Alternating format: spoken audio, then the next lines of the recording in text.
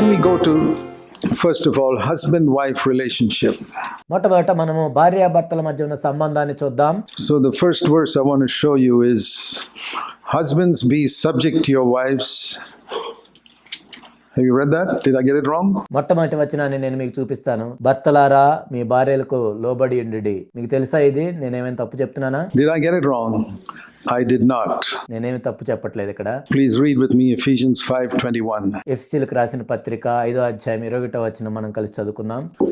That's why I started with that verse, because that's what you never hear another preacher preach on that. అందుకే నేను దీంతో మొదలు పెడుతున్నాను, ఎందుకంటే వేరే బోధకుడు ఎవరు కూడా దీని గురించి ప్రసంగం చేసినట్లు మీరు వినరు. What does Ephesians 5:21 mean? ఎఫెసీ 5:21 యొక్క అర్థం ఏంటి? Wives, be subject to your husband is the next verse. స్త్రీలారా మీ సొంత పురుషులకు లోబడి ఉండుడి అనేది తర్వాత వచనం. అది Don't jump to that verse first. ఆ వచనం దగ్గరికి నేరుగా వెళ్ళొద్దు. A lot of husbands would like to start with verse 22. చాలా మంది భర్తలు 22వ వచనం నుంచి చూస్తారు. But I say we start with verse 21, నేనేం చెప్తున్నా అంటే 21వ వచనం నుంచి మనం మొదలు పెట్టాలి. which is both husband and wife be subject to one another in the fear of Christ. ఇక్కడ భార్య భర్త ఇద్దరు కూడా క్రీస్తునందలి భయముతో ఒకరికొకరు లోబడి ఉండాలి. This is the introduction to verse 22. 22వ వచనానికి ఇది పరిచయ వాక్యము. And a tyrant of a husband will never accept that. ఒక నియంతలాగా ఉండే భర్త దీన్ని అంగీకరించడు. They all like to start in verse 22, and even the people who have paragraphed the Bible start with verse 22. వాళ్ళందరూ కూడా 22వ వచనం నుంచి మొదలు పెట్టాలని చూస్తారు. ఈ బైబిల్లో పారాగ్రాఫ్లు చేసిన వాళ్ళు కూడా 22వ వచనం నుంచి మొదలు పెట్టారు. I think the paragraph should begin with verse 21. నేనేమనుకుంటానంటే ఈ పారాగ్రాఫ్ 21వ వచనం నుండి మొదలు పెట్టాలి. So which means we recognize, like the Bible says, the husband and wife are joint heirs of the grace of God. బైబిల్లో దేవుని యొక్క వాక్యం చెప్తున్నట్లుగా భార్యాభర్తలు ఇద్దరు కూడా జీవమను కృపావరములో సమాన వారసులై ఉన్నారు అనే మాటను వాళ్ళు గమనిస్తున్నారా? So I'll come back to Ephesians, but let's turn for a moment to 1 Peter and chapter 3, 1 Peter chapter 3, where we're told, verse 7, మొదటి పేతురు 3:7 ఈ విధంగా ఉంటుంది. husbands, live with your wives in an understanding way, knowing that she's a weaker vessel as a woman, showing her honor as a fellow heir of the grace of life. అటువలనే పురుషులారా జీవమను కృపావరములో మీ భార్యలు మీతో పాలివారై ఉన్నారని ఎరిగి ఎక్కువ బలహీనమైన ఘటమని భార్యను సన్మానించుడి. Heir is a title reserved to prince and princess and someone who's going to be a king or a queen. ఇక్కడ పాలివారై ఉన్నారు అంటే కాబోయే రాజు రాణి అని అర్థము. So joint heir means there are two thrones, one for the husband and one for the wife. ఇక్కడ పాలివారై అంటే ఏంటంటే ఇక్కడ రెండు సింహాసనాలు ఉంటాయి, ఒకటి భార్యకు ఒకటి భర్తకు. So the wife is not at the footstool, no.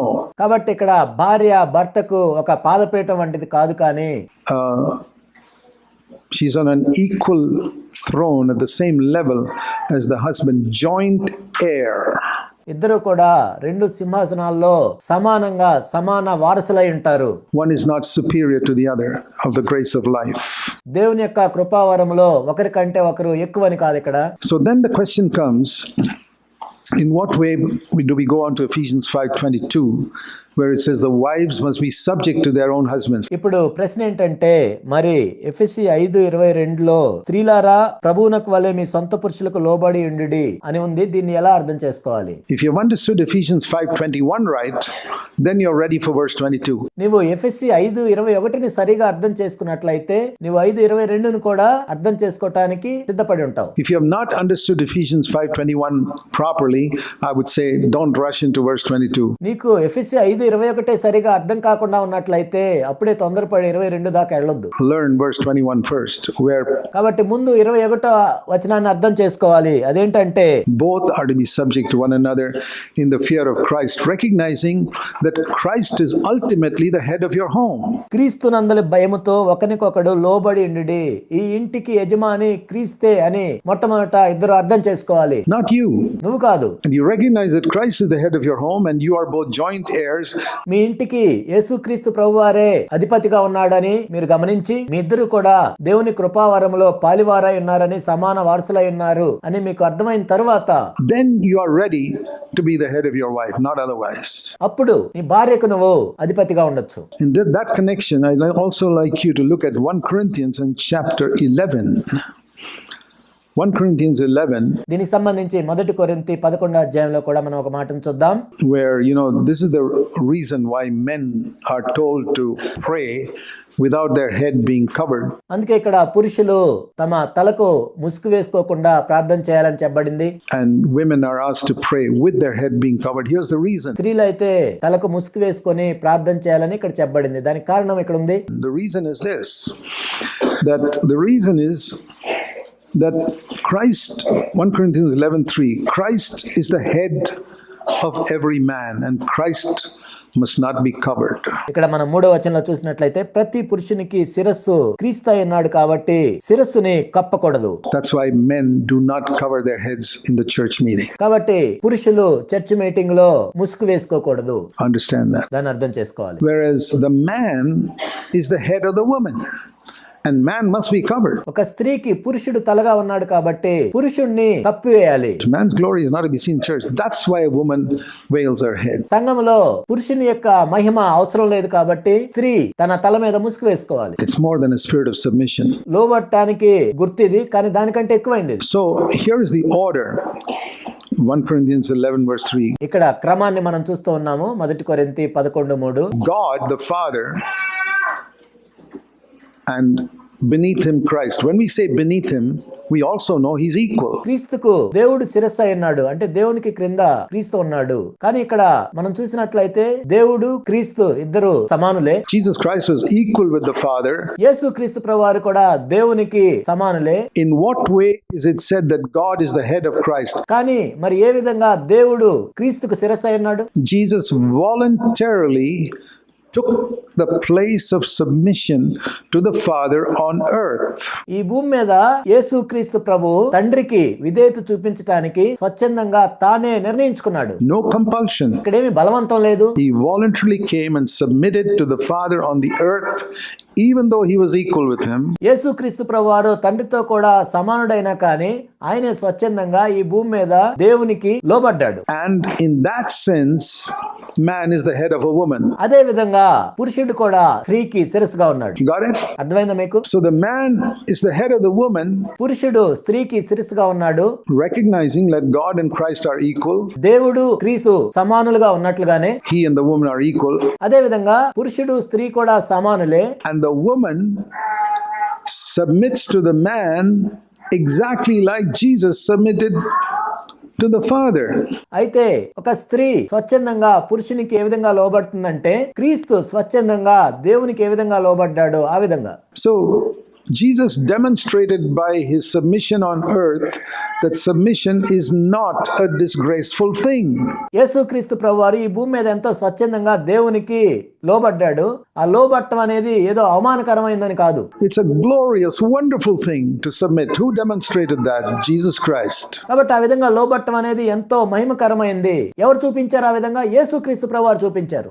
And who has the opportunity to demonstrate that in a home? కాబట్టి ఇంట్లో ఎవరికి అవకాశం ఉంటుంది ఆ విధంగా లోబట్టడానికి? Both husband and wife. ఇద్దరికి ఉంటుంది, భార్యకి భర్తకు. As the husband is subject to Christ and treats his wife in a respectful way, భర్త క్రీస్తుకు లోబడి తన భార్యను ఎంతో గౌరవంగా చూసుకుంటూ సన్మానిస్తూ, just like Jesus treats us with respect. You know that Jesus never forces us to do anything. యేసుక్రీస్తు ప్రభువారు మనల్ని ఏ విధంగా గౌరవంగా చూసుకుంటారో మీకు తెలుసు. ప్రభు ఎవరిని కూడా బలవంతం చేయడు. The Old Testament law was thou shalt not, thou shalt not. That's old covenant. పాత నిబంధనలో మనం చూసినట్లయితే ధర్మశాస్త్రం నువ్వు ఇది చేయాలి, ఇది చేయకూడదు, ఇది చేయాలి, ఇది చేయకూడదు అని పాత నిబంధనలో ఉంటుంది. In the new covenant, Jesus used the word if.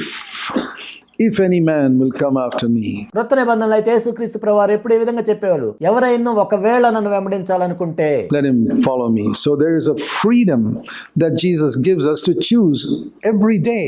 నన్ను వెంబడించొచ్చు అని ప్రభు చెప్పారు. ప్రతిరోజు కూడా ప్రభువును మనం వెంబడించటానికి ఆయన మనకు స్వాతంత్రాన్ని ఇచ్చాడు. Do I want to die to myself here or not? ఇక్కడ నా స్వయానికి నేను చనిపోవాలా లేదా? No compulsion. బలవంతం ఏం లేదు. That's one of the most important things we learn in the Garden of Eden. ఏదెను తోటలో ఒక ప్రాముఖ్యమైన విషయాన్ని మనం అక్కడ చూసాం. That God sent Adam and Eve completely free without any angel to supervise them. దేవుడు ఏదెను తోటలోనికి ఆదాము అవ్వల్ని స్వచ్ఛందంగా స్వాతంత్రంగా పంపించాడు. వాళ్ళని కనిపెట్టి చూడటానికి దేవదూతలను ఏం పంపించలేదు. You choose all by yourself whether you want to obey me or not. మీ అంతటా మీరే ఎంపిక చేసుకోండి, నిర్ణయించుకోండి నన్ను వెంబడించాలా లేదా, మీ ఇష్టం. I've told you don't eat of that tree of knowledge of good and evil, but I'm not going to force you. ఆ మంచి చెడ్డల తెలివినిచ్చు వృక్ష ఫలాన్ని తినొద్దని నేను చెప్పాను, కానీ మిమ్మల్ని నేనేం బలవంతం చేయను. That is the freedom God gave man from day one. మొదటి రోజు నుండి కూడా దేవుడు మానవునికి ఇచ్చిన స్వాతంత్ర్యం అది. And that is the freedom a husband gives to his wife.